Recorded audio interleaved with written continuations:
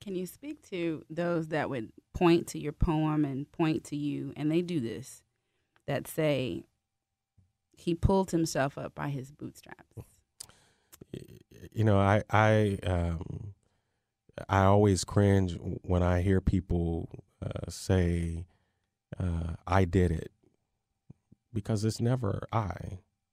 It's always a community of people who rally around you. You certainly have to want it. You've got to, at some point, acquire a vision for yourself. But it absolutely requires a collective response. I've worked hard. I continue to work hard. I want to absolutely be excellent in everything that I do.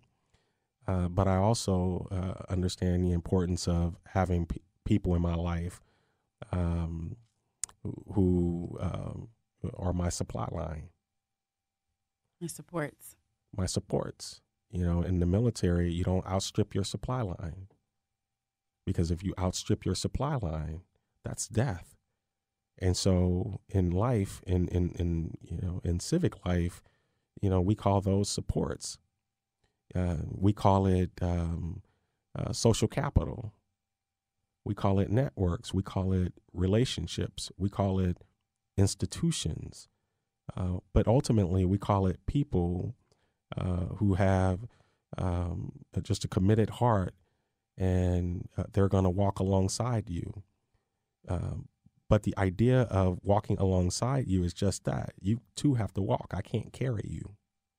And so I think in all communities, and when I talk to young people or older people, I don't accept, the attitude that I can't achieve. I can't do more. I don't accept it. I reject it. And I put in that place, here's a vision, borrow my vision for you. But at some point, for this thing to go where it needs to go to, you've got to own it, and you've got to work it, and you're going to have the supports that helps you navigate.